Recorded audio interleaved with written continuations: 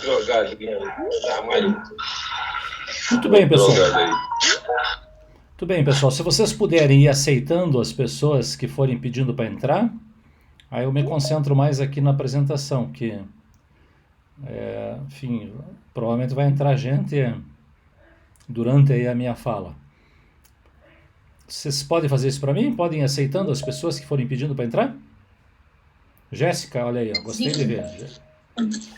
Então, beleza, vocês vão aceitando. E para mim, achei um outro programa para gravar, porque por alguma razão, só quem for entrando deixa o microfone no mudo, por gentileza. Eu achei um outro programa para gravar aqui porque não estou conseguindo gravar pelo Microsoft Teams, por alguma razão. Então, para não perder, eu estou colocando aqui. Bom, agora que estou gravando, deixa eu desejar uma boa noite a todos, todas, né? Agradecer. Nós estamos com 54 pessoas nesse momento para essa aula, segunda aula Xadrez e Educação. Já vou mostrar o link da primeira aula para quem não assistiu, para poder assistir depois, poder se inteirar do assunto que eu abordei na primeira aula. Então, lembrando, são 4 aulas sobre xadrez e educação e nós vamos explorar bastante essa temática, assim, né? Desde a relação do jogo com a educação, quais são os benefícios que o estudo e a prática do jogo trazem para o praticante, né? Hoje vou trabalhar um pouquinho também com regras, mostrar quais são as regras do jogo. E nas 2 aulas finais eu vou falar um pouco também sobre ensino de xadrez, metodologias para o ensino de xadrez e também como fazer um projeto com jogos. Vou dar algumas ideias para quem depois quiser levar o xadrez para a sua escola, para o seu espaço, né? E quiser desenvolver um projeto com isso, eu vou passar algumas reflexões interessantes sobre isso. Muito bem, primeiro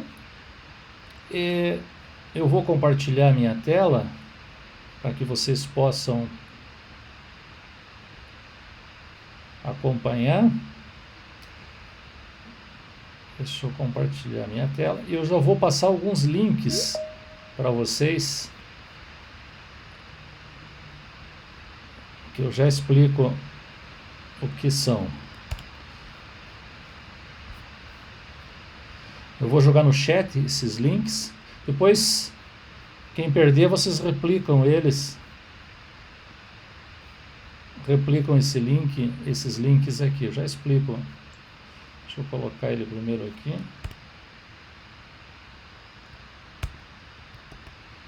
Ué, não copiou?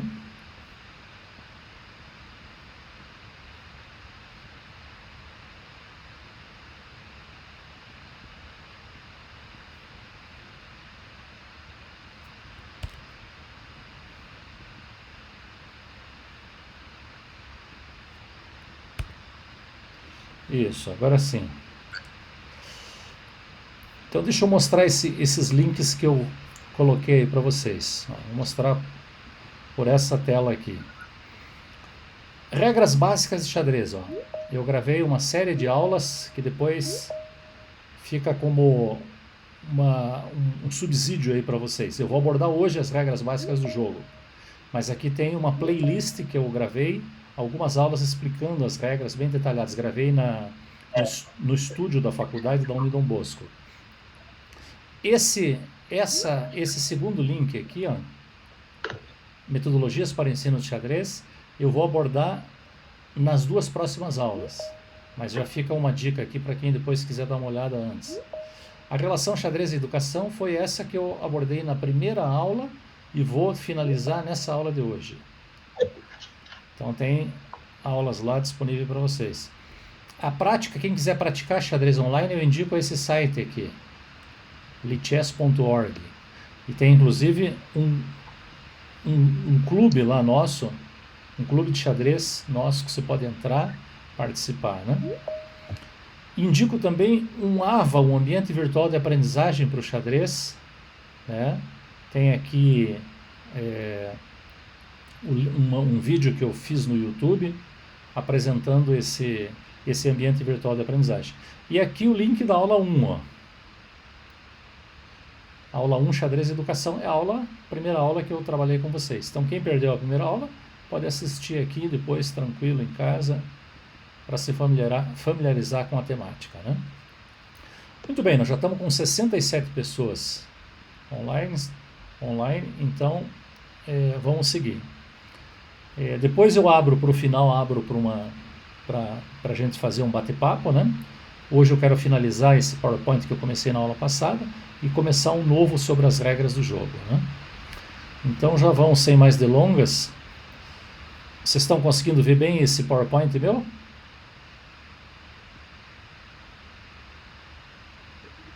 Sim. Muito bem, então vão me informando qualquer coisa, se fica mudo aí, se der algum problema, vocês vão me avisando.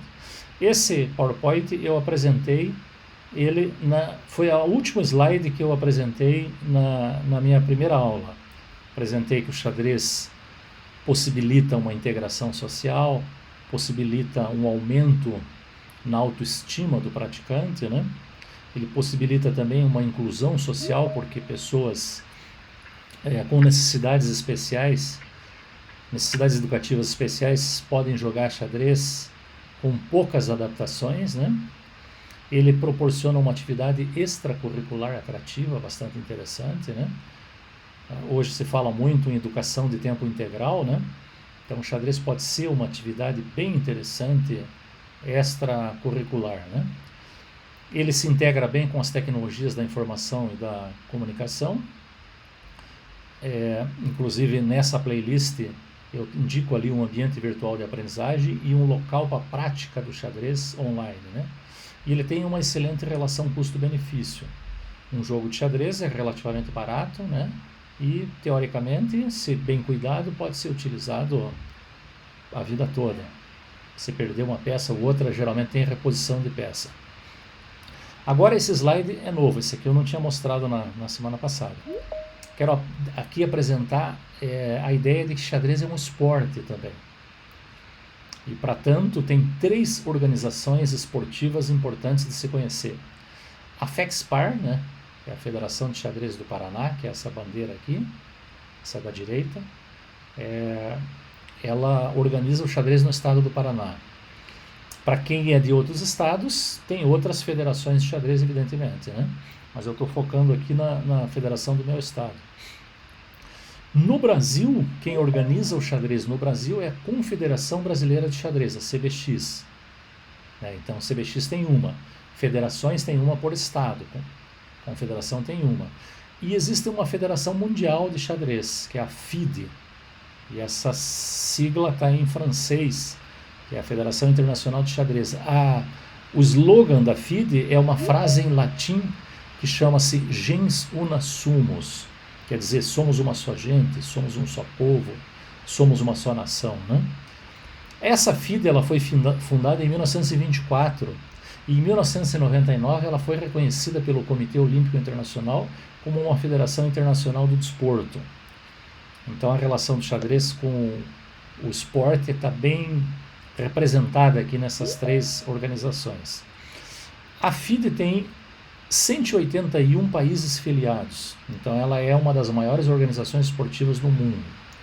Então como é que você quer praticar xadrez na sua cidade? Como é que se faz? Você busca um clube de xadrez. Curitiba, por exemplo, tem 2 grandes clubes de xadrez. Um clube que eu coordeno, que chama-se Clube Erbo Stenzio, e o Clube de Xadrez de Curitiba, que é um dos mais antigos do Brasil. Na sua cidade, provavelmente tem clubes de xadrez também. Esses clubes se vinculam à federação do seu estado. No meu estado aqui é a Federação de Xadrez do Paraná. As federações estaduais se ligam à Confederação Brasileira e as confederações nacionais se ligam à Federação Internacional. Então, xadrez é um esporte? Sim, é um esporte. É um esporte da mente, claro, mas tem todas as características desportivas, a luta, a competição, a organização esportiva em federações, confederações, né? E aqui eu coloquei um slide chamando a atenção que o xadrez é uma atividade inclusiva, de inclusão social, de inclusão educacional. E aí coloquei 3 organizações importantes de se conhecer. O IBCA, que é o International Braille Chess Association, né, Associação Internacional de Braille Isso, quem for entrando, entra com o microfone desligado, por gentileza. Ela está aqui, essa logo aqui da esquerda, né? O IPCA, que é mais para pessoas com deficiência física, né? É uma organização, são todas organizações bastante antigas, né? Quase um século já que existem. Por exemplo, aqui na direita tem o ICCD, que é para surdos. É uma organização de xadrez para surdos, né? Foi fundada em 1949. Então aqui vocês têm como o xadrez se preocupa com a inclusão. Eu vou mostrar com algumas imagens que o xadrez possibilita uma inclusão plena mesmo. Por exemplo, cegos jogam futebol, mas eles jogam futebol com cegos, né? Você não vai ver um cego jogando contra não cegos, por exemplo. E no xadrez é perfeitamente normal que o cego se integre num torneio de xadrez só com pequenas adaptações, com pequenas modificações. Então deixa eu mostrar uma imagem aqui, ó. O jogador da esquerda é um jogador cego. Esse aqui são jogos abertos, né? São torneios importantes.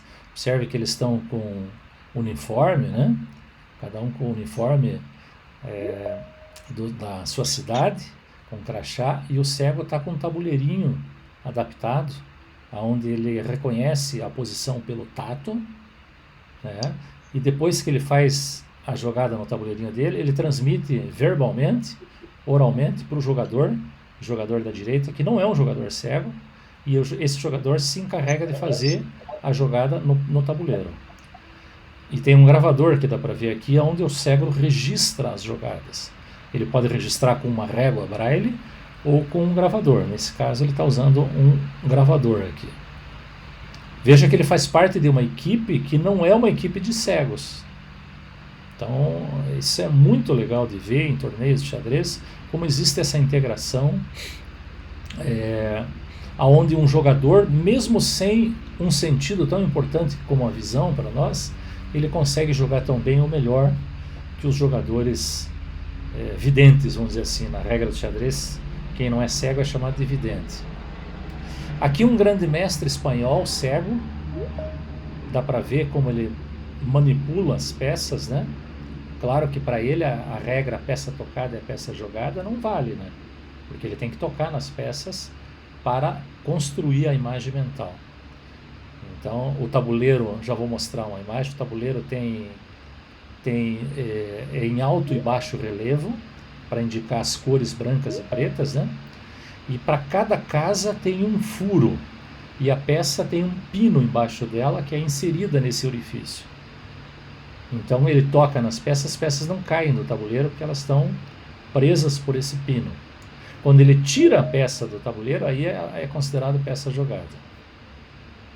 Aqui a Olimpíada de Xadrez, que foi na Alemanha em 2008, que foi na Alemanha, na cidade de Dresden, mostra uma imagem bem interessante, né? Uma jogadora cadeirante aqui na esquerda.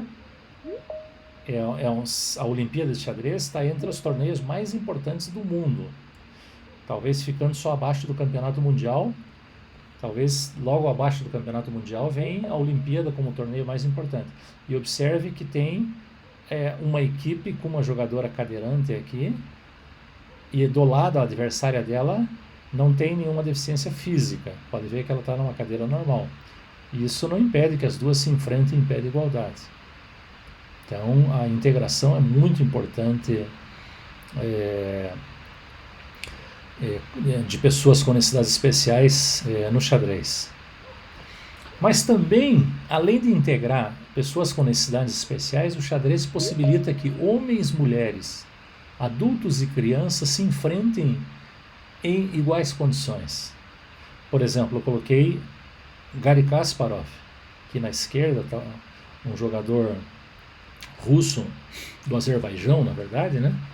Mas dentro da esfera soviética ali, que foi o melhor jogador por 20 anos, pelo menos, enfrentando Judith Polgar, uma húngara, né, que teve entre os 10 melhores jogadores do mundo. Então observe que ela não está jogando um torneio feminino só. Ela enfrenta homens e mulheres, enfim, numa categoria chamada categoria absoluto. Mas também crianças e adultos podem se enfrentar. Olha essa imagem que bonita. Uma criança de 8 anos enfrentando um ancião de 88 anos. 80 anos separam esses dois jogadores de xadrez. E eles estão se enfrentando em iguais condições, em pé de igualdade. Eu não conheço nenhum outro esporte que possibilite essa integração, como eu estou destacando aqui, que o xadrez possibilita, né? Ele estimula a atenção e a concentração. Então, a posição default, a posição padrão ante o tabuleiro é uma posição onde você foca, né? Por exemplo, aqui na esquerda tem quem está com o microfone ligado, fecha por gentileza.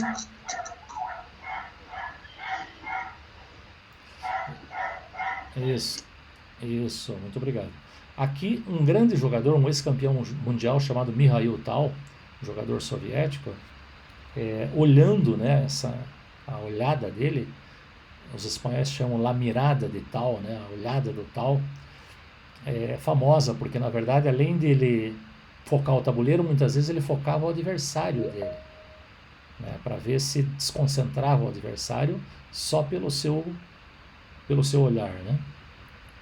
Alguém poderia me perguntar, mas é permitido isso? Sim, contanto que você não faça barulho, você não cause nenhum estorvo ali durante a partida.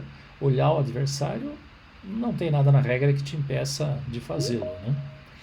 E aqui o melhor jogador brasileiro de todos os tempos, né, Henrique da Costa Mecking, o Mequinho, né, como a gente chama aqui no Brasil, numa posição muito comum entre os enxadristas, isolando o estímulo visual externo, né, externo ao tabuleiro, para focar só as peças e o tabuleiro, né? Então, o jogo de xadrez estimula a atenção e a concentração, ele exercita isso. E é evidente que quem está com o microfone ligado, por gentileza, fecha o microfone.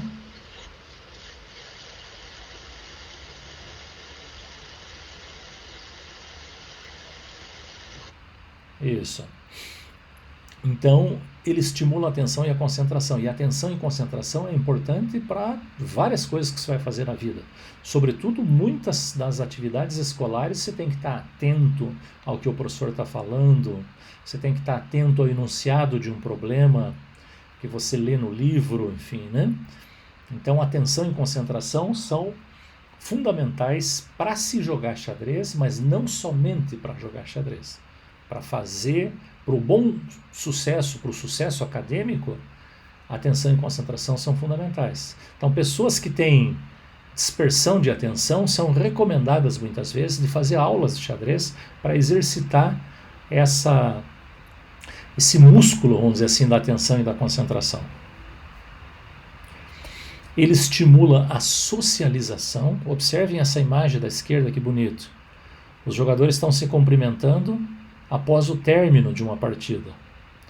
Então, a gente cumprimenta o adversário 2 vezes. Antes de iniciar a partida, aperta a mão do adversário e deseja uma boa partida a ele, porque xadrez não tem sorte nem azar, né? Se você ganhar é porque você jogou melhor. Se você perder é porque você jogou pior. Então, você não tem que ficar bravo com o teu adversário, né? Você tem que aprender com seus erros. E quando você termina a partida, você cumprimenta seu adversário também. Aqui na direita, uma imagem mostrando uma coisa que a gente chama de análise pós-mortem. Terminada a partida foi jogada pelo Kremenik, Vladimir Kremenik, que está na direita, russo, contra Caruana, né, que está aqui na esquerda.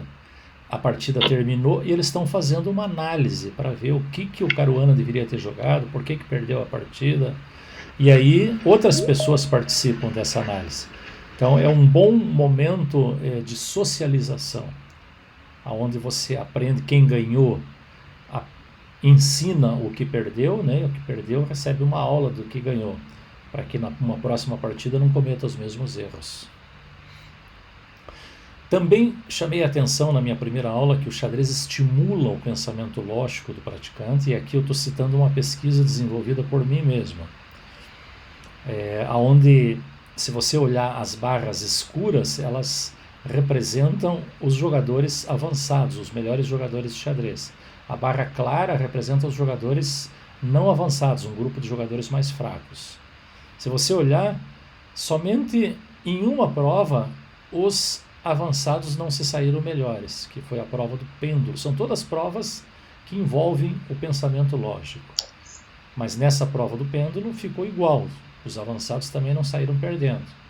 Em todas as outras provas, eles se saíram melhor, tiveram um desempenho superior, mostrando que o xadrez pode ser um bom exercício para estimular e organizar, né, o pensamento lógico do praticante. E, de novo, chamo a atenção que esse pensamento não é útil somente para o xadrez, mas ele é útil para o aluno, para os afazeres escolares, né, seja ensino fundamental, ensino médio, ensino superior, enfim, né, para as atividades profissionais que você vai fazer, você vai precisar de pensamento lógico, de raciocínio lógico. E o xadrez pode ser uma forma interessante aí. Nas duas aulas finais eu vou falar um pouco mais sobre metodologias para o ensino de xadrez.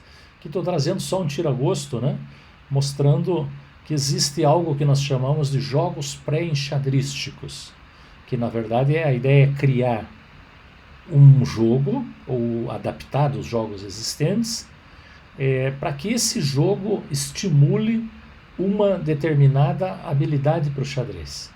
Seja mover uma peça, seja capturar, seja desenvolver atenção, concentração, noção de cooperação de peças, conhecimento de tabuleiro, notação algébrica, como anotar uma jogada no xadrez, enfim. Tem várias... Depois eu vou mostrar isso aqui para vocês detalhadamente na terceira ou na quarta aula nossa. Nosso terceiro ou quarto encontro. Mas também existe uma outra ideia interessante, que é a chamada partidas temáticas. Uma outra metodologia, que é você proporcionar um determinado tema para o aluno. Ao invés de jogar com todas as peças, por que não pedir para ele jogar uma partida só com peões? Então o tema aqui é o peão. Depois uma partida de peões com cavalos, peões com bispos, peões com torres, peões com a dama, peões com o rei. E depois o mini xadrez, que é você jogar, em vez de jogar com duas torres, por que não jogar com uma só? Em vez de jogar com dois cavalos, por que não jogar com um cavalo só? Um bispo só? Ou seja, se a ideia é que o aluno pratique a propriedade cinética, né, ou seja, o movimento daquela peça, eu não preciso colocar duas peças ali. Uma só já está bom, para não confundir e não sobrecarregar a capacidade cognitiva do praticante. Também vou abordar um pouquinho mais, ainda não falei dele, o método holandês, que a ideia desse método é apresentar o checkmate o mais rápido possível. E por que surge essa ideia de apresentar o mais rápido possível? Porque muitas vezes o aluno aprende a mexer as peças e não consegue finalizar, não consegue dar checkmate. E aí aquelas partidas que ele pratica dá uma agonia de assistir, porque às vezes tem checkmate em um lance e ele não vê o lance, e não vai ver mesmo porque não foi treinado com ele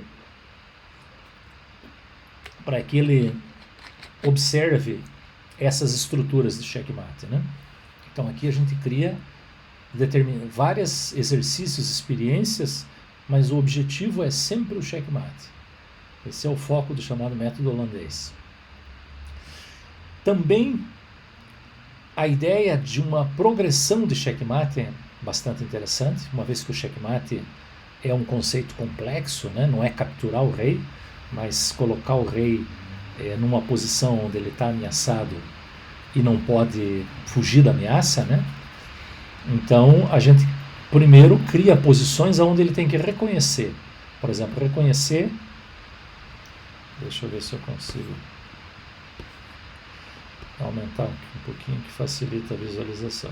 Reconhecer que o rei branco aqui está ameaçado pela dama, mas ele pode escapar da ameaça capturando essa dama.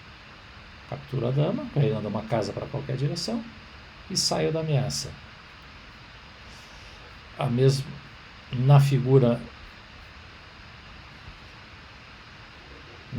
20,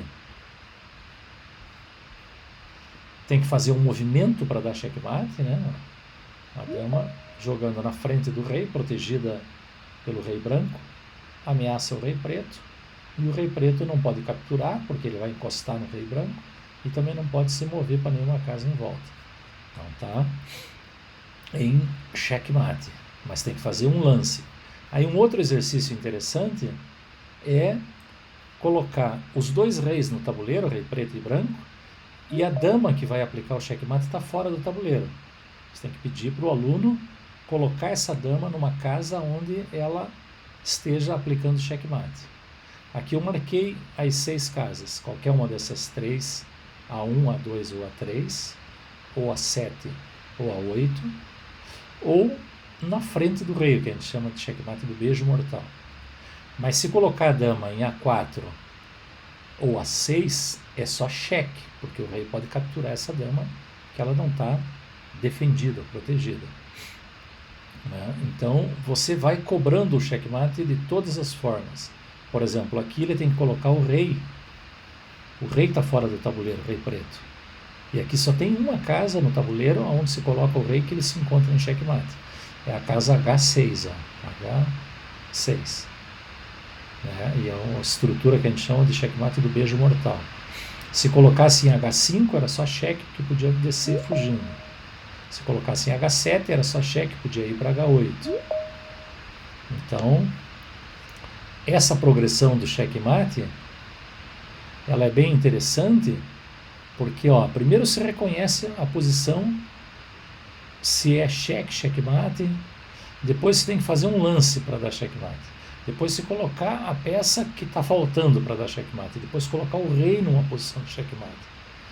Então, na verdade, se explora o checkmate de todas as formas e o aluno, provavelmente, seguindo por essa metodologia, vai ter um conhecimento mais sólido, né? Mais consolidado, mais sofisticado sobre esse conceito importante que é o checkmate. E aí, finalizando essa primeira apresentação, eu coloquei aqui uma frase do Rubem Alves que eu gosto. Ele diz assim: para isso existem as escolas, não para ensinar as respostas, mas para ensinar as perguntas. As respostas nos permitem andar sobre a terra firme, mas somente as perguntas nos permitem entrar pelo mar desconhecido. Então o xadrez funciona aqui como uma forma, né, um tipo de exercício, uma ginástica mental, como diria o poeta alemão chamado Goethe, Wolfgang Goethe, né, onde o xadrez exercita esse principal órgão nosso do corpo humano, que é o cérebro. Tão importante para tantas coisas, né, que a gente tem que fazer na vida, tantas atividades escolares importantes, né, que você precisa de ter atenção, concentração, raciocínio, né? E o xadrez exercita. Eu coloquei aqui o menino pensando, né? Coloquei um balãozinho com a seguinte fala: qual lance devo fazer? Imagine que ele está jogando uma partida e está na vez dele jogar e ele está se perguntando qual lance eu devo fazer. E aí ele diz: se eu jogar o cavalo aqui, ele está pensando, né? E ele jogar o bispo ali, então eu posso capturar aqui. Veja que ele está raciocinando, apresentando um raciocínio lógico, que a gente chama raciocínio por implicação. Por que por implicação?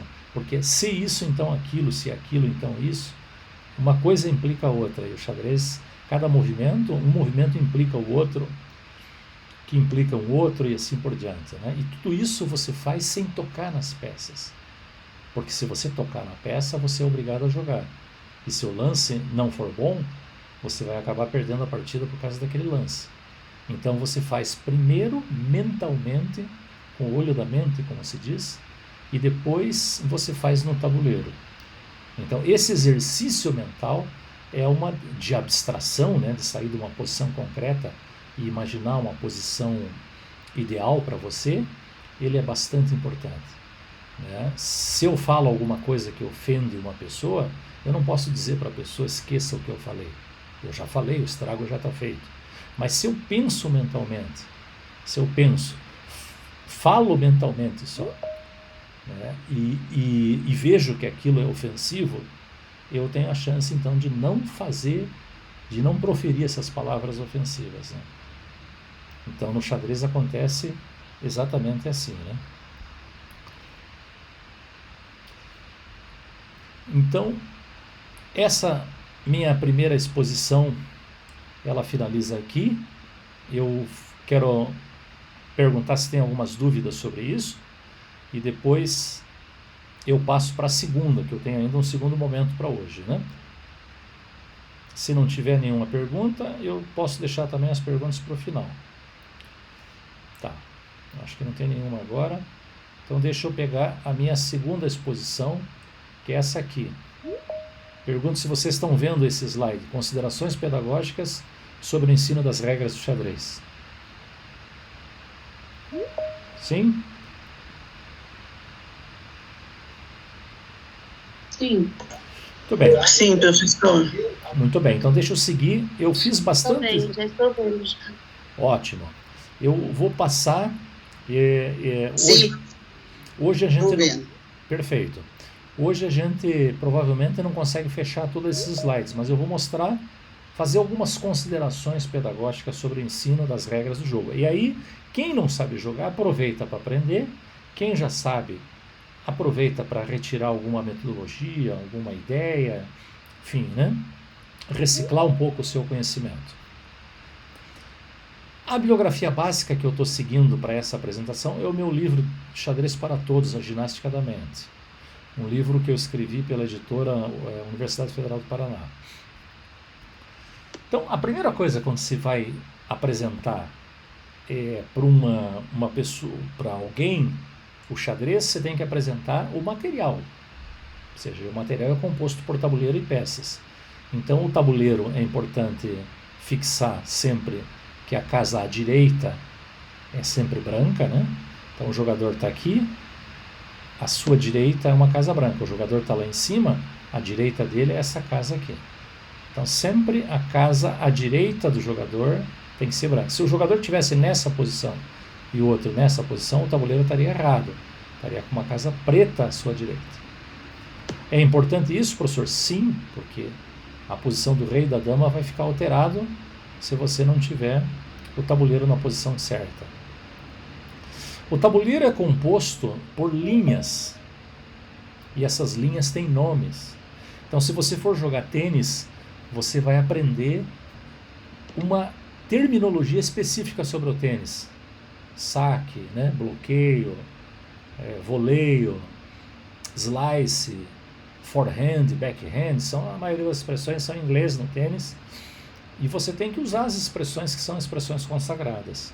Da mesma forma no xadrez. Uma vertical eu chamo de coluna, uma horizontal de fila ou fileira, e as linhas inclinadas da mesma cor, diagonais. Então é importante você chamar a atenção, porque depois as peças vão se mover por colunas, filas, diagonais. Então você usa a nomenclatura certa quando você estiver ensinando para alguém. É importante também chamar a atenção que existe uma forma de registrar as jogadas no xadrez. E para isso a gente transforma o tabuleiro numa matriz cartesiana. As colunas recebem uma letra, então A, coluna B, C, D, E, F, G, H, e as filas, ou fileiras, as horizontais, né, recebem números, fila 1, fila 2, fila 7, fila 8. O encontro de uma coluna com uma fila dá nome da casa. Por exemplo, casa E4. Por quê? Está na coluna E e está na fila 4. E assim você tem como nomear todas as casas do tabuleiro, e depois você pode anotar a peça que foi movimentada. Nós vamos ver que tem um jogo bem bom para fazer isso, que é o jogo Batalha Naval. Mas eu vou falar um pouquinho mais para frente depois dele. Falando agora sobre as peças, já falamos um pouquinho sobre o tabuleiro.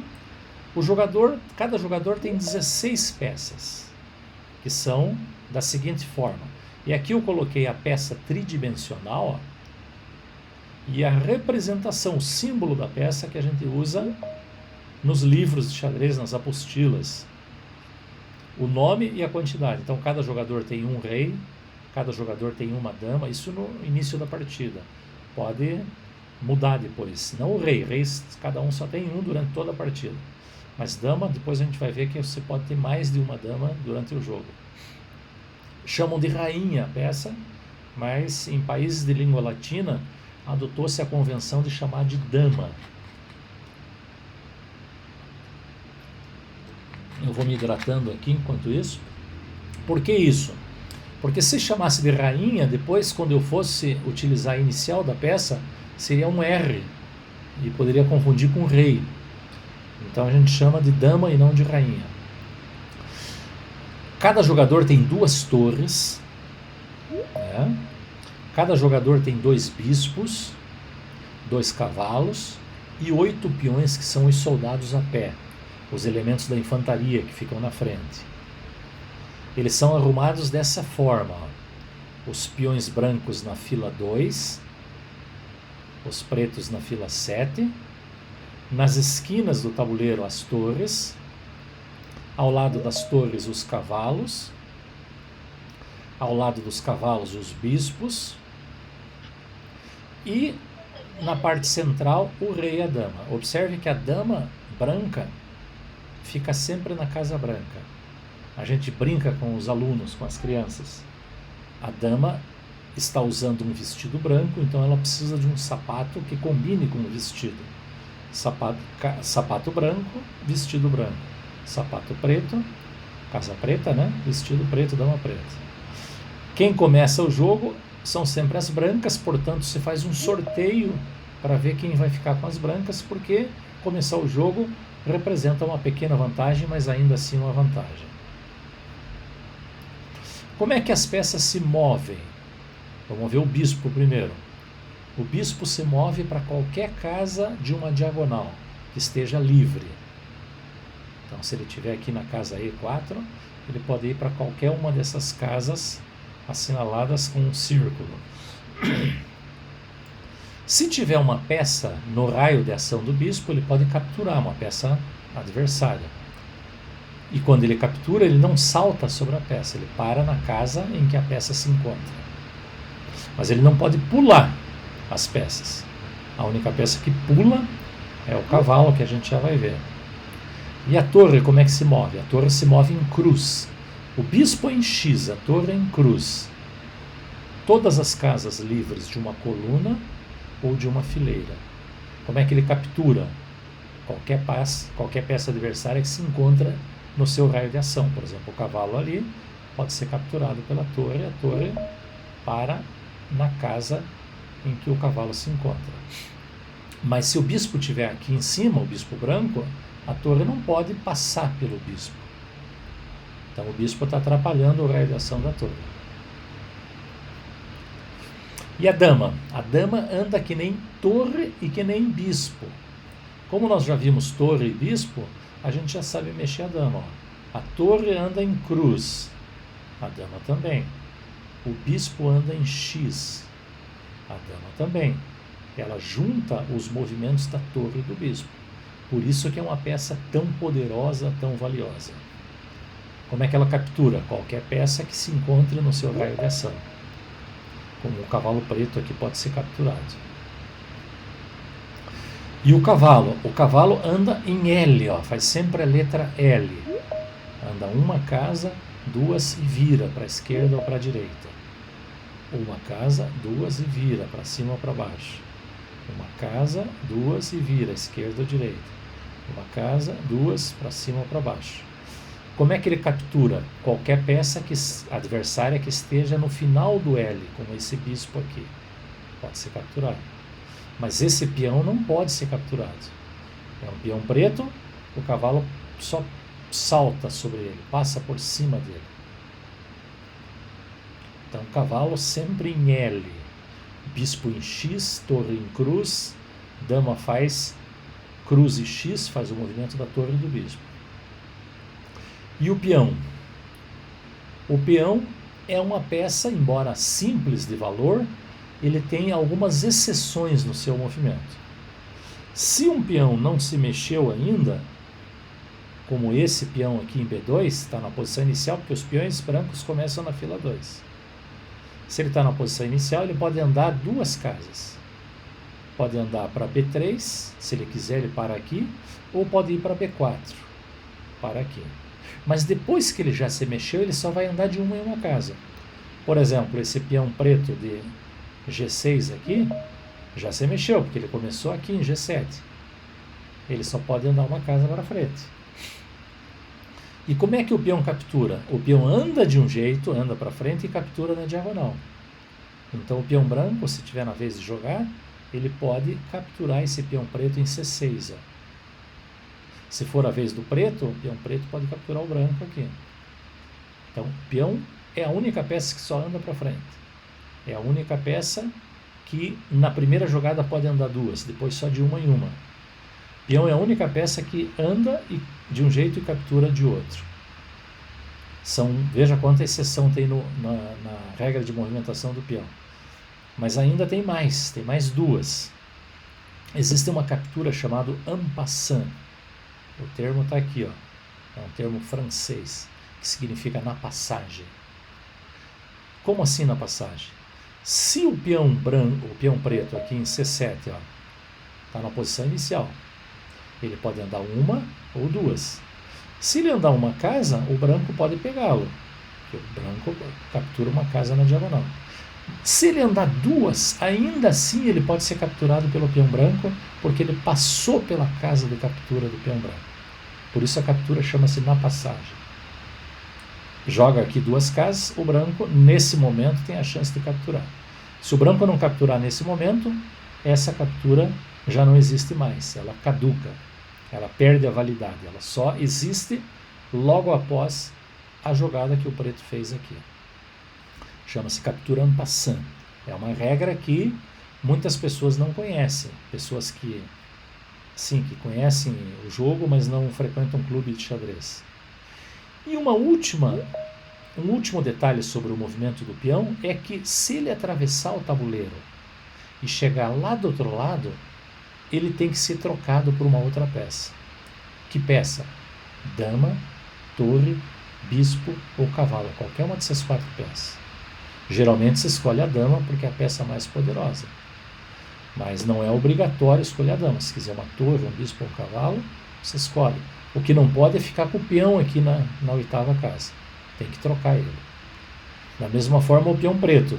Saiu lá de B7, andou, chegou em B1. Devo trocar por uma dama, uma torre, um bispo ou um cavalo. Isso chama-se promoção ou coroação. E finalizando o movimento das peças, para eu poder ainda conversar um pouquinho com vocês, quero deixar um espaço de conversa, vamos falar sobre a peça mais importante do jogo, que é o rei. Por que ele é mais importante? Porque o checkmate acontece no rei e não em outras peças. Outras peças você pode perder e não perdeu a partida. Mas se você levar checkmate, a partida encerra naquele momento. E aí a gente tem que aprender os movimentos do rei. O rei anda uma casa para qualquer direção. Rei preto pode ir para D8, D7, E7, F7 ou F8, qualquer uma dessas 5 casas. Rei branco que está em D4, pode ir em qualquer uma dessas 6 casas. C1, C3, D3, E3, E4, E5, D5 ou C5. Qualquer uma dessas casas. Agora observe que se eu colocar uma torre em C8, essas 3 casas desse lado ele não pode ir, está um X aqui. Por quê? Porque se ele se mover, ele entra em xeque. Ele fica ameaçado pela torre, porque a torre anda por todas essas casas aqui. A torre anda em cruz, coluna e fila. Então, se a torre estiver aqui, o rei não pode ir para nenhuma dessas 3 casas.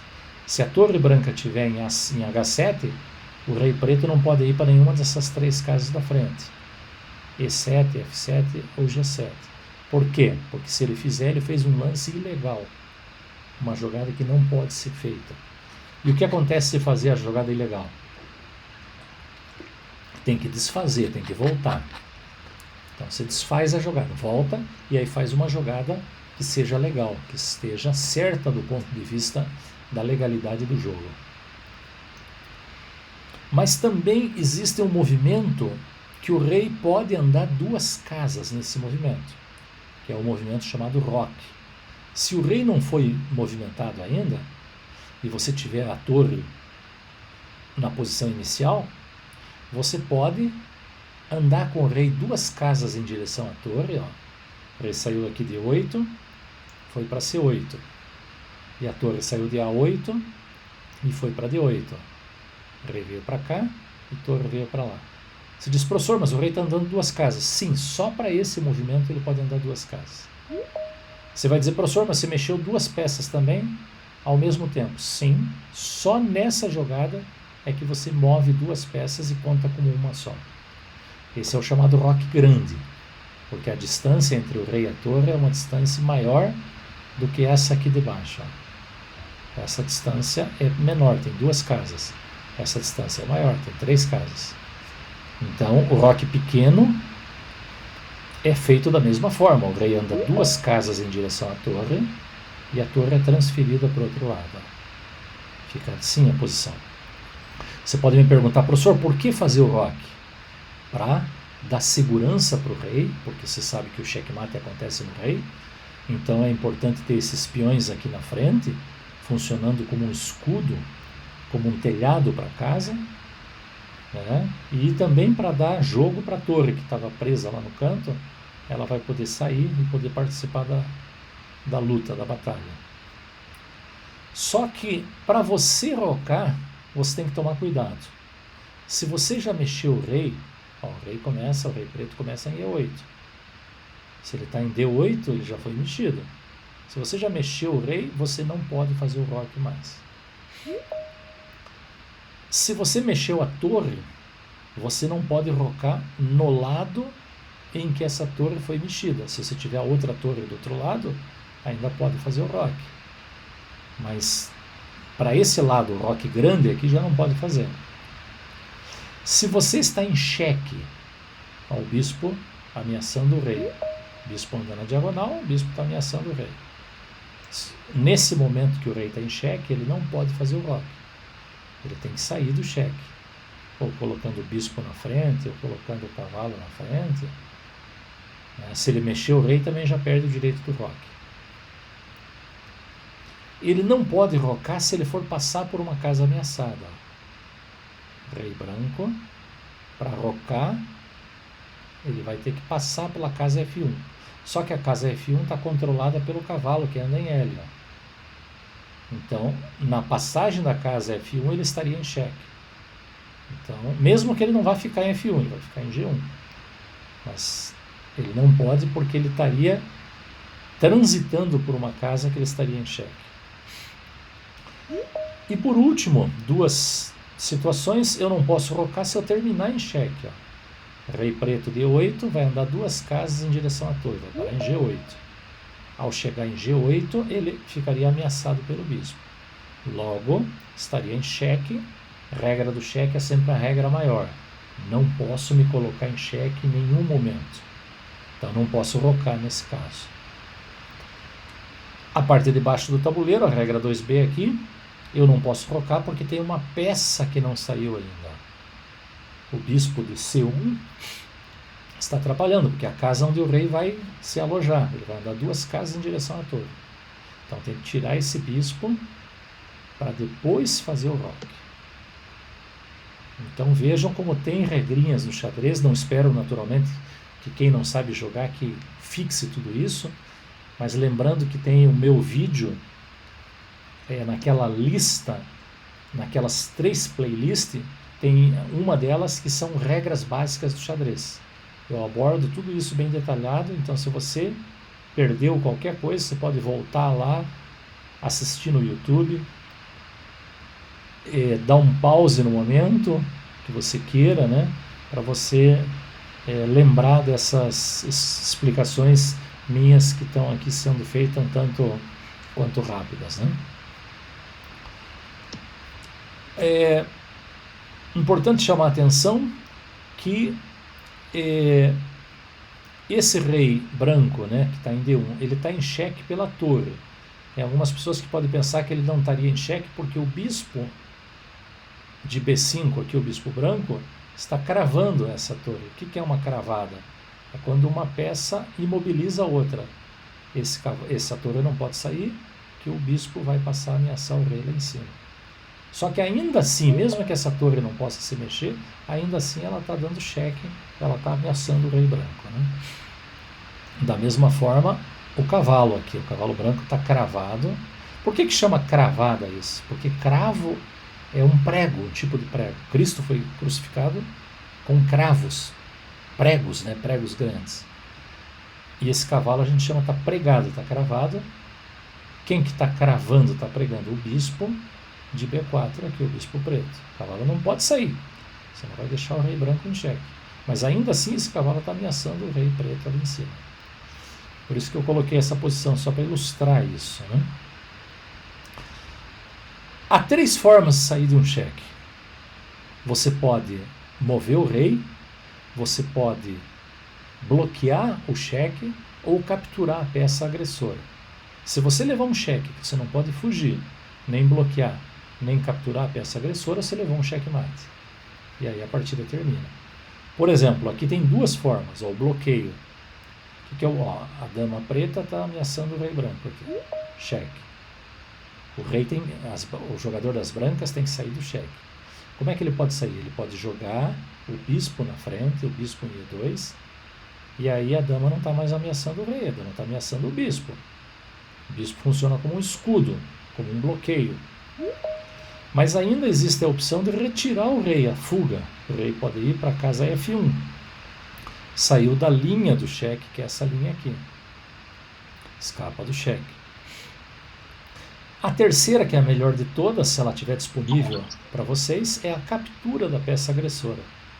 O cavalo que anda em L pode capturar essa dama preta e o rei branco sai do cheque porque a peça que estava dando cheque foi eliminada do tabuleiro. E o término da partida, ela pode se dar com checkmate, o jogador que aplicou checkmate ganha, ou pode ser por desistência de um jogador. Se você sente que a partida está perdida, que você já perdeu muitas peças e a derrota é inevitável, você pode desistir. Você não precisa jogar até levar o checkmate. Se você desiste, você aceitou a derrota e a partida ali termina. O checkmate, como é que é o checkmate? É quando uma peça ameaça o rei e não é possível nem fugir, nem bloquear, nem capturar a peça agressora. Por exemplo, nesse caso aqui, o rei não pode capturar a dama, porque o rei ficaria em xeque pelo rei branco. Não pode ir para D8, nem F8, que a dama pega, ó, a dama anda na diagonal. D7 e F7, tanto a dama pega quanto o rei pega. Então ele está ameaçado, não tem como fugir, bloquear, nem capturar a peça agressora, levou checkmate e a partida finalizou. Dama branca aqui ameaçando o rei, só que quem está defendendo a dama? Não é o rei mais, é o bispo, que anda na diagonal. Se o rei pegar essa dama, ele fica em xeque pelo bispo. Então ele não saiu do xeque. Isso, só deixa no mudo, por gentileza, para não atrapalhar a nossa exposição aqui. Alguns modelinhos de checkmate. A dama sendo protegida pelo cavalo, porque o cavalo anda em L. Ó. Então o final do L ocorre justamente na casa onde a dama se encontra. Então se o rei preto capturar essa dama... Maria. Pessoal, só deixa no mudo, por gentileza. Quem entrar, sempre entra com o microfone desligado. Muito bem, obrigado.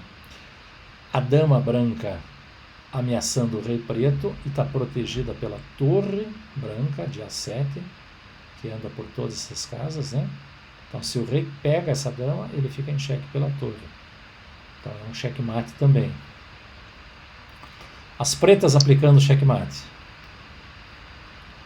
A torre está ameaçando o rei, a torre dando cheque, e a dama impedindo o rei branco de ir para a fila 2, ó, que a dama ameaça todas as casas da fila 2. Se ele for para D2, E2 ou F2, ele fica em xeque.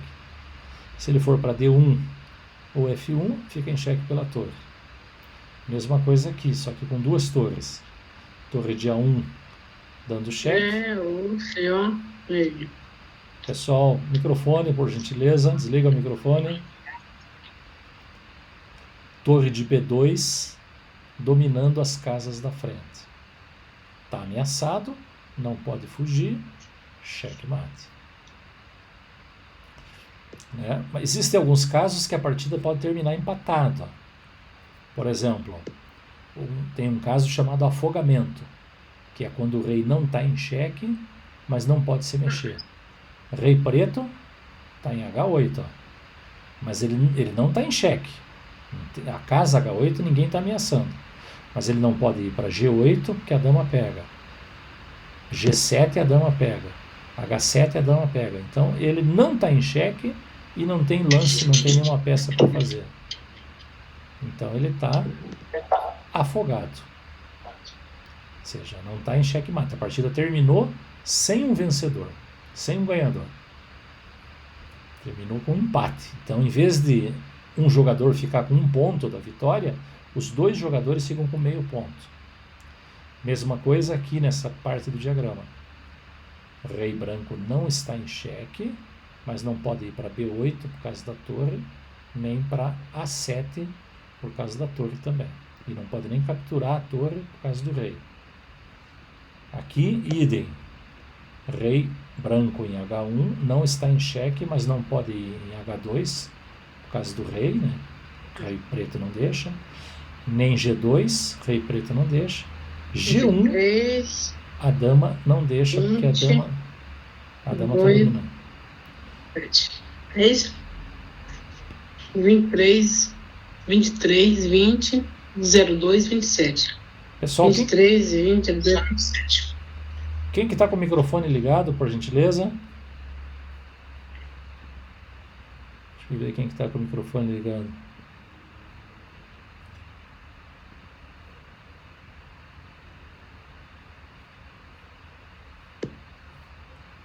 Não, está todo mundo fechado, né? Então,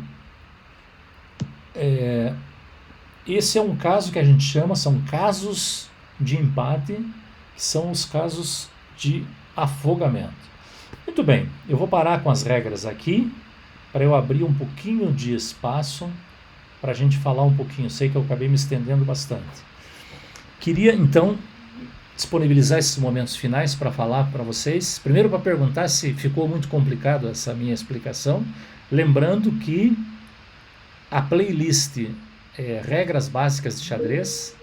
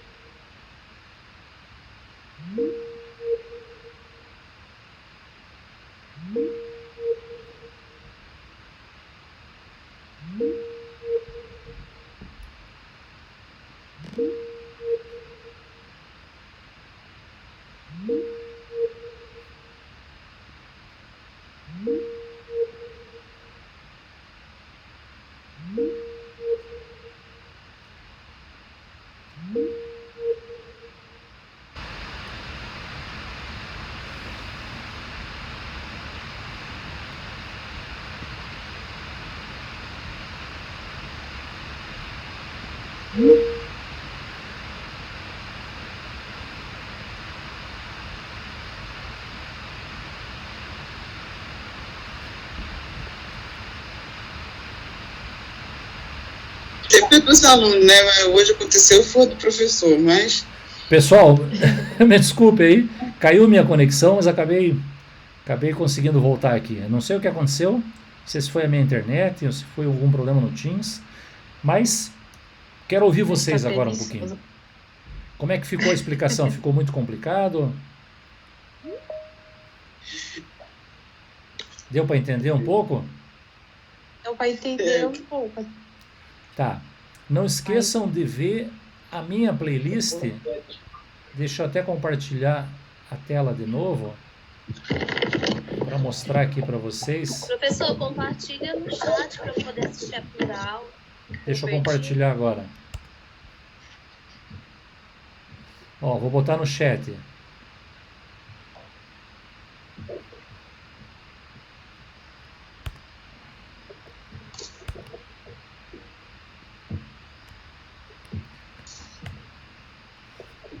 Ó, tá aqui no chat.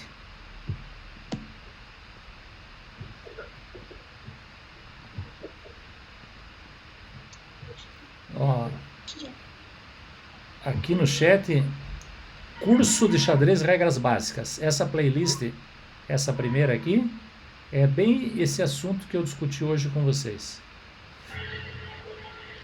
A playlist curso de xadrez 3, xadrez educação. Essa aqui é assunto da primeira aula e o início dessa segunda aula.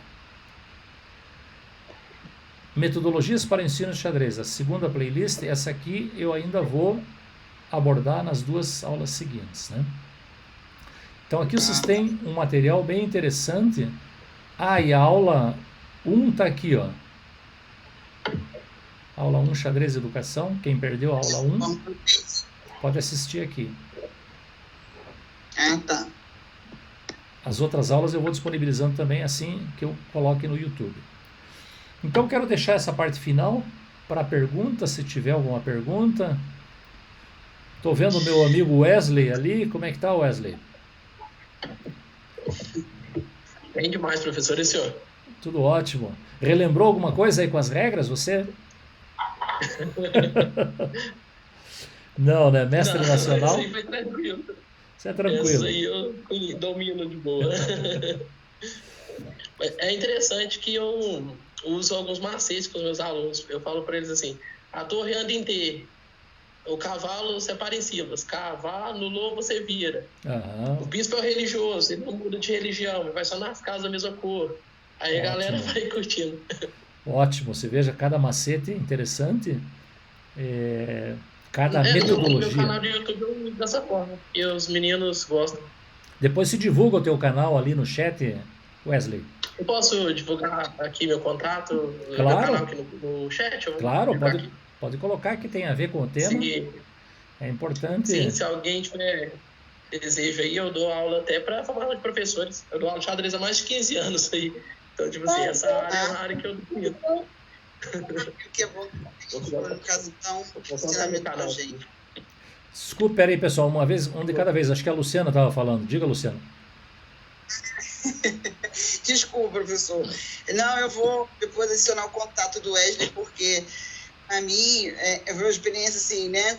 A gente, quando tem a ciência quando é criança, a gente pensa que o jogo de xadrez é um pouco parecido com o jogo de dama, né? Aham. Mas é totalmente diferente. Totalmente diferente. Totalmente diferente. A única coisa que Então- eles têm de semelhante é o tabuleiro.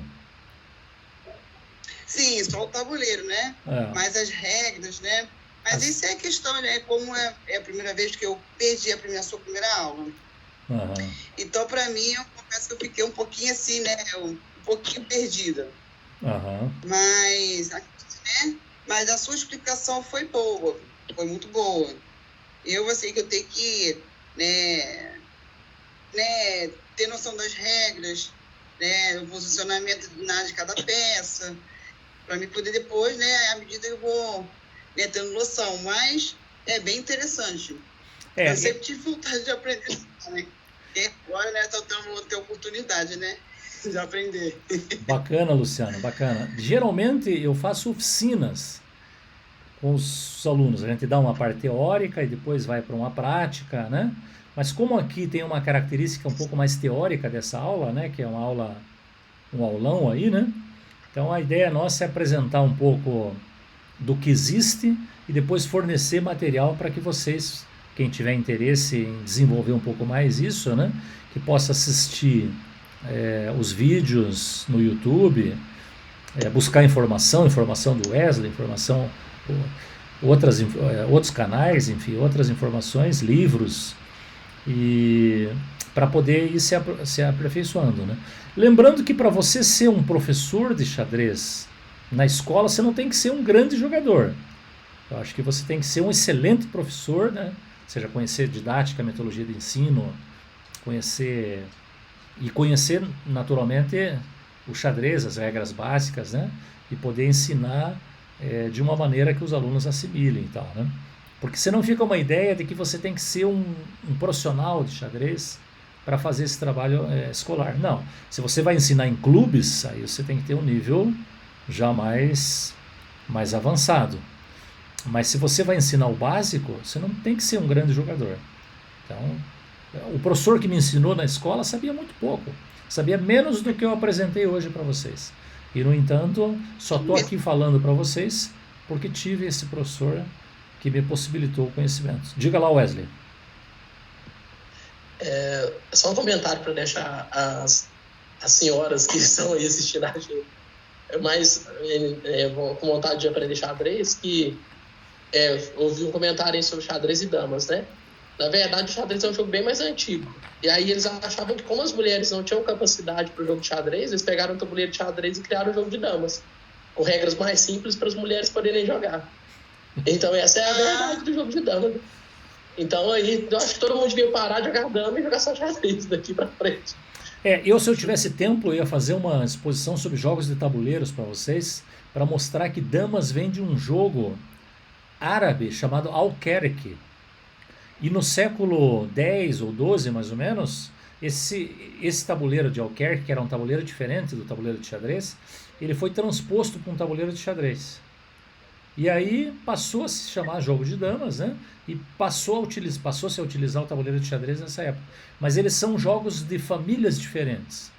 Os dois são jogos de raciocínio, são jogos de estratégia, só que vêm de ramos diferentes, né? O xadrez vem do chaturanga, de um jogo ancestral indiano, e damas vem de um outro ramo, que é o jogo Alquerque, um jogo árabe, né? Que algumas pessoas até praticam o Alquerque. Se você aprende a jogar Alquerque e depois olha o jogo de damas, você vai entender que na verdade é o mesmo jogo, só que com o tabuleiro modificado, né? Mas eu quero ouvir mais pessoas, mais alguém. Opa, temos a Cláudia que levantou a mão. Diga lá, Cláudia. Boa noite, professor. Eu sou de São José dos Pinhais, aqui próximo de Curitiba. Aonde que eu posso encontrar por aqui? Menina, você está muito bem servida em São José dos Pinhais, que o presidente da Federação de Xadrez do Paraná, que é o Paulo Virgílio Rios Rodrigues, ele desenvolve um projeto junto à Prefeitura de São José dos Pinhais. Tem inclusive um clube de xadrez, né? Depois você pode procurar na internet, Clube de Xadrez de São José dos Pinhais, né? E é um clube bem atuante, que faz torneios importantes, tem jogadores fortes, William Iano, tem vários jogadores bons. Tem um torneio muito importante para as escolas, que é feito aí em São José, né? Em Curitiba a gente tem o desafio Checkmate, que é um torneio escolar com 1000 crianças mais ou menos. Em São José tem um torneio muito parecido, também com 700, 800 participantes, que você tem então boas possibilidades, né, para poder praticar, para obter informações. Você é professora de alguma escola? Não. Tá. Se fosse, você podia se inserir no projeto como professora pela tua escola, né? Desenvolver o projeto Talvez na sua eu vou escola. começar agora no CEMEI, até estava conversando com a diretora onde meu filho estuda, vou começar a fazer estágio lá. Então, se informe ali com alguém da Secretaria de Educação ou da Secretaria de Esportes, né?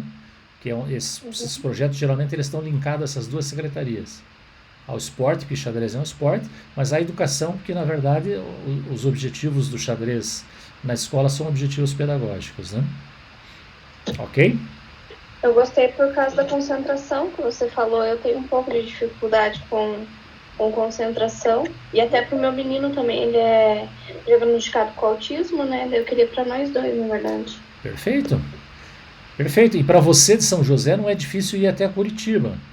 São José é bem próximo de Curitiba. Em Curitiba eu coordeno o Clube de Xadrez Ergo Stenzio, que está em reforma agora, mas deve abrir depois do Dia das Crianças, ali por volta do dia 18, mais ou menos, de outubro, a gente deve fazer a reabertura do clube, todo renovado, com materiais novos, enfim, todo renovado.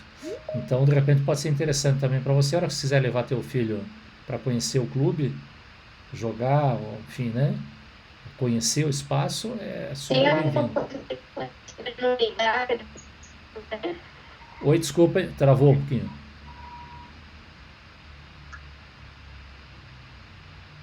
Você falou alguma coisa, Cláudia? Não sei se você conhece o Ney Braga ali sempre fazem coisas. Será que é ali que deve ter alguma coisa? Eu não sei, eu não fui até o clube ali em São José, eu sei que tem, mas não sei te dizer o endereço. Mas não deve ser difícil você pesquisar na internet, Clube de Xadrez São José dos Pinhais, né? Deve ter alguma informação, você vai achar alguma informação, algum contato que você possa fazer por telefone. Tá bom, muito obrigada, professor. Por nada, obrigado você pela tua participação. Mais alguém? Vamos ver quem mais que tem. Mais alguém levantou a mão? Tatiane. Oi, professor, boa noite. Boa noite, Tatiane. Professor, com que idade para ensinar o xadrez? Então, qual a idade inicial? A idade inicial, por volta de 4, 5 anos, se quiser começar cedo, é possível com uma metodologia adequada, né, para apresentar os elementos do jogo de uma maneira lúdica, pedagógica, enfim, com brincadeiras. Dá para apresentar, eu vou abordar isso na minha terceira ou na minha quarta aula, eu vou abordar essas metodologias que são mais destinadas assim para crianças, né, para crianças pequenas. Mas respondendo objetivamente a tua pergunta, 3 ou 4 anos dá para começar. E quem que é o atual campeão de xadrez? Ele é do Brasil? De onde ele é? O mundial é o Magnus Carlsen, que está se retirando agora, é um jogador norueguês, né, que está se retirando do círculo mundial de xadrez, né? Mas ainda é o melhor jogador do mundo. Nativo assim, é o melhor jogador. E no Brasil, o melhor jogador de todos os tempos foi aquele jogador que eu mostrei na foto, o Henrique da Costa Mecking, o Mequinho. Foi um fenômeno, assim, chegou a ser o terceiro ou quarto melhor jogador do mundo na época em que competia, né? Então, mas o Brasil não tem uma grande tradição assim com enxadristas, né? O xadrez está se tornando uma atividade importante para nós, sobretudo com o xadrez escolar, com a relação com a educação, com as escolas ensinando, massificando o xadrez, né? A gente provavelmente vai colher aí frutos, pensando na esfera esportiva, assim, um pouco mais para frente. Já temos Alexander Fier, por exemplo, grande mestre aqui da minha cidade, de Curitiba. Fier foi meu aluno, por exemplo. Dei aula para ele de xadrez. Então, hoje é um profissional de xadrez, vive só de xadrez, vive jogando o mundo afora, né? É um jogador de altíssimo nível, mas para você ter qualidade, né, você vai ter que ter uma quantidade grande, né?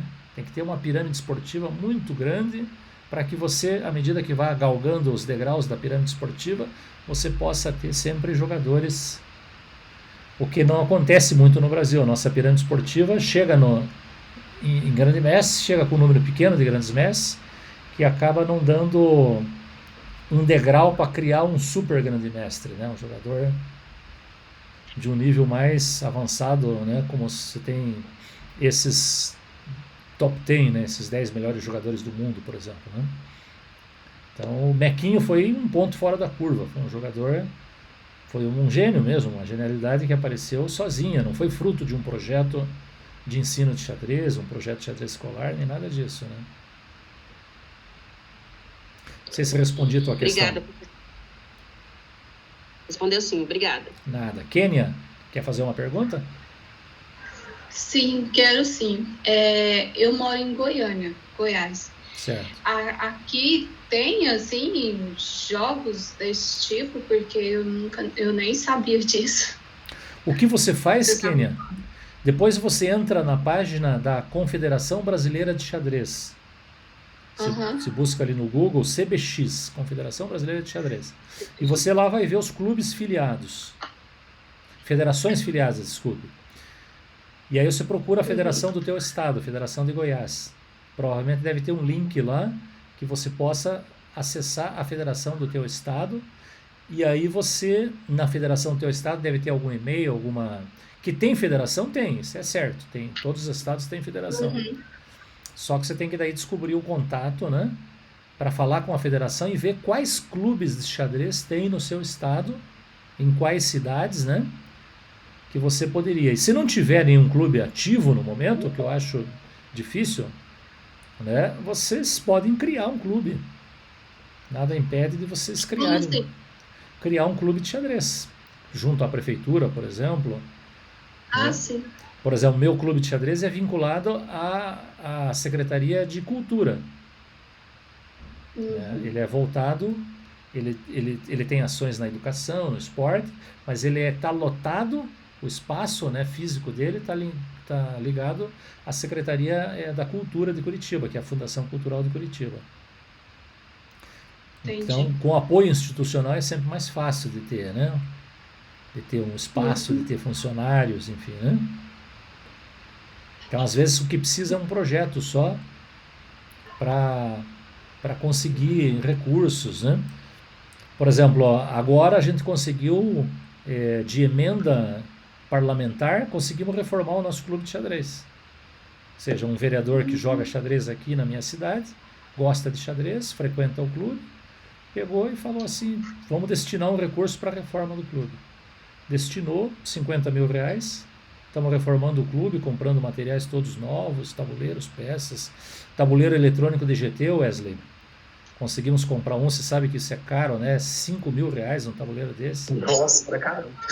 Compramos um tabuleiro desse, compramos 20 relógios, reformamos todos, fizemos um grafismo, né, com uma criança jogando com um idoso na parede, assim, né? Ficou lindo, assim. Um pintor, um artista plástico foi pintar a parede. Eu quero ver se depois que inaugurar eu tiro uma foto. Agora eu não posso tirar uma foto antes. E tem que esperar a inauguração, que senão o prefeito me pega no pé, né? Tem que esperar a inauguração. Depois que inaugurar eu vou tirar uma foto e vou mostrar para vocês na terceira ou na quarta aula, eu vou mostrar como é que ficou. Fazer um vídeo, na verdade, interno assim, e depois eu ponho no YouTube o vídeo e só divulgo o link para vocês. Mas eu acho que eu pulei a Quênia. Quênia estava na vez. Não, o senhor já me respondeu, obrigada. Ah, já falou, Kênia, desculpe. E a Vânia? Obrigada. Não por nada. A Vânia já falou também? Não, eu gostaria de falar da importância do xadrez para o autismo, né? Aham. Quem tem TEA, porque a minha filha tem e aumentou muito a concentração dela. Ela faz terapia ocupacional e lá os jovens, né? Eu sou do Rio de Janeiro e os adolescentes, né? Que ela tem 11 anos. E é o trabalho que é desenvolvido, né? O xadrez, ele ajuda na memorização e a concentração, porque antes não tinha foco. Vânia, muito bem colocado, né? Isso está dentro do que a gente chama de uma área grande, que a gente chama de que é xadrez terapêutico. Aqui no Paraná tem inclusive uma linha de pesquisa no mestrado pelo Instituto Federal do Paraná, coordenado pelo enxadrista professor Valério Brusamolin. Pois quem quiser pesquisa aí na internet, Valério Brusamolin, e cruza com o Instituto Federal do Paraná. Ele coordena uma linha de pesquisa que ele orienta alunos de mestrado só sobre xadrez. E o forte dele é o mestrado do xadrez como ferramenta terapêutica, né? E o autismo, você lembrou bem, é um transtorno, né? E tem um espectro, né? Que vai de A a Z, né? É enorme isso. Então você tem várias possibilidades interessantes. Por exemplo, tem grandes enxadristas, inclusive, que foram diagnosticados, né? Como autistas, né? Por exemplo, Fischer, né? Fischer, eu li numa matéria que ele era Asperger, que faz parte do transtorno do espectro autista. Só que é mais voltado ali para altas habilidades. Então, essa possibilidade de trabalhar com a atenção e a concentração, foco, né? Ou seja, focar numa atividade que você está fazendo, né? É bastante interessante, né? E quanto mais você exercita isso, melhor você fica. Os jogadores de xadrez sabem bem disso. Como você isola os estímulos externos, né? E concentra o foco da tua atenção naquele tabuleiro, naquelas peças, naquela posição, né? Então, bem lembrado, Vânia, obrigado pela tua contribuição, né? Lembrando que aí, Rio de Janeiro, tem grandes jogadores de xadrez, né? O grande mestre eu que agradeço. Darcy Lima, o grande mestre que foi presidente da Confederação Brasileira de Xadrez por anos, né? É um grande mestre internacional de xadrez, é do Rio de Janeiro, né? Tem uma longa tradição com o xadrez. Na verdade, o xadrez, quando veio com a família real portuguesa, saiu de Portugal e veio para o Brasil, ela trouxe o xadrez, né? E é ali que o xadrez começou, e o Rio de Janeiro, como a primeira capital federal, foi o primeiro foco de xadrez no Brasil, né? Grandes escritores jogavam, né? Machado de Assis jogava, né? Então tem muita história, muita tradição aí. Muito bem, pessoal, eu estou me estendendo demais, são 9h25, né? Era para eu ter terminado 9 horas, mas como o papo tá bom, a gente vai se estendendo um pouco, né? Então, não tendo mais nenhum questionamento, mais nenhuma colaboração, eu encerro por aqui, agradecendo enormemente a gentileza de vocês de participar ao vivo dessa aula, para que a gente possa, né, fazer esse bate-papo agradável, né? E fico à disposição de vocês para recebê-las, né, nas próximas aulas, para a gente continuar com essa discussão, né? Tem muito material interessante que eu preparei para vocês, e eu vou estar disponibilizando todo esse material, aula a aula, à medida que a gente for se encontrando. Grande abraço. Boa noite, professor. Boa noite para vocês. Até a próxima. Tchau. Boa noite, gente. Até a próxima. Até a próxima. Boa noite, pessoal. Boa noite. Nem deu tempo. Você falou só. Eu falei que tinha que lançar, mas falar para você, eu quero tirar uma dúvida. Oi. Tem que ser rápido. Quer tirar uma dúvida? Luciana? Sim. Pode falar, Deixa ela Luciana. falar primeiro, então. Quem quer? Essa é a primeira vez que eu estou assistindo a reunião. No caso, assim, como é que eu faço, no caso, para fazer, né, esse cadastro, não, né? Para eu poder conseguir, no caso, adquirir essa aula e investir como aula. Você tem um cadastro, eu acho que foi, você dá uma checada lá nos teus e-mails, que eu acho que foi divulgado como você fazer um cadastro e entrar, e aí ele já fica como se fosse matriculado nessa atividade. Ah, tá. Dá uma olhada lá, porque eu recebi um e-mail. Você entra lá e Professor, tem uma dúvida também. Você entra lá e preenche alguns dados e fica tudo registrado, Luciana. Dá uma conferida no teu e-mail, tá? Ah, tá bom, professor, obrigado, tá? Nada. Fala, Cristiane. Eu também estou assistindo a aula pela primeira vez hoje e eu gostaria de saber se aquelas aulas que ficam no arquivo, elas não contam presença, né? Mas eu tenho que assistir todas aquelas que estão lá no arquivo? Não, aquilo ali é só um apoio para vocês, para quem quiser se aprofundar um pouco mais. Mas não é necessário assistir. Por exemplo, quem quiser assistir a primeira aula para ver o que eu falei na primeira aula, tem um link ali que eu já disponibilizei no YouTube, né? Quem quiser depois ver um pouquinho mais detalhado as regras do xadrez que eu falei hoje, tem uma playlist com várias aulas mostrando. Então é um complemento assim para vocês, né? Mas não é obrigatório assistir, não. Entendi. Dei as aulas até todos os dias.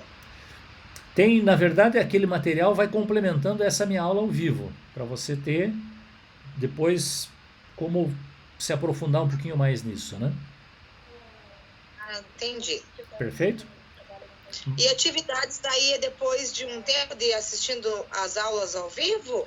Na verdade, não tem atividade assim, né?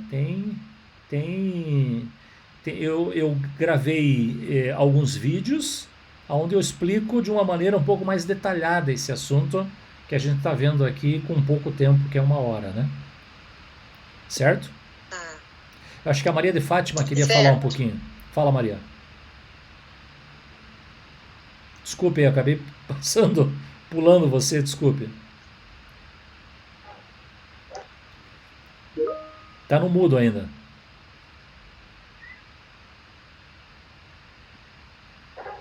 Era só essa a minha dúvida. É, Maria de Fátima? Não estou te ouvindo, Maria de Fátima.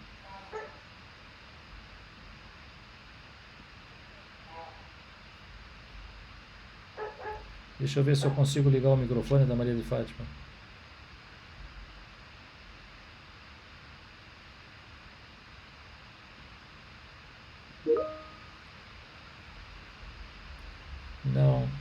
Não estou te ouvindo, Maria. Tá com o microfone desligado.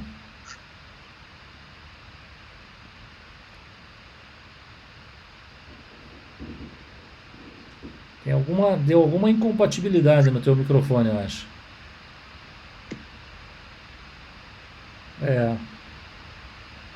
Vocês também não estão ouvindo ela, não é só eu, né? Não, também não estou ouvindo não, professor. É, um problema no microfone dela, tá? Não estou ouvindo não. Tá. Não, tá desligado ainda. E o pior é que eu não consigo... Eu não consigo ligar o microfone. Estou tentando preencher lista de presença, eu não estou conseguindo. Eu acho que ela que tem que apertar lá. Boa noite. Agora sim. Agora sim? Agora sim, pode perguntar. A minha dúvida é igual da colega aí, ela acabou perguntando por mim, porque eu também não pude assistir as primeiras aulas. Eu queria saber se está lá arquivada, eu posso assistir e eu vou ter as horas arquivadas. Aí você tem que... Aí eu não sei te dizer. Você teria que ver com a... Eu acho que não sei se é a Lilian. Você tem que ver quem que está divulgando o link das aulas para vocês. Né? Se é por e-mail que vocês estão recebendo. Aí faz uma pergunta para essa pessoa. Diz, olha, né? Se eu assistir a primeira aula do professor que ele deixou no YouTube, conta a presença para mim esse primeiro dia? Aí teria que ver com ela, né? Eu não... Essa parte, Maria de Fátima, não sei realmente dizer. E sobre esse jogo, tem que ser exclusivamente só esse jogo mesmo para colocar em prática ou pode colocar outro tipo de jogos também, para o raciocínio lógico? A reflexão que eu estou apresentando aqui para o xadrez é válida para vários jogos. Ou seja, Damas é um jogo de raciocínio, né? Go, Shogi, tem vários jogos aí que são jogos importantes, que essa reflexão que eu estou apresentando aqui, ela se encaixa. Mas no caso, como minha expertise, meu conhecimento maior é sobre xadrez, eu trago como exemplo o jogo de xadrez, né? Mas é válido para outros jogos também, você tem razão. Tá ok, professor. Minha dúvida era essa.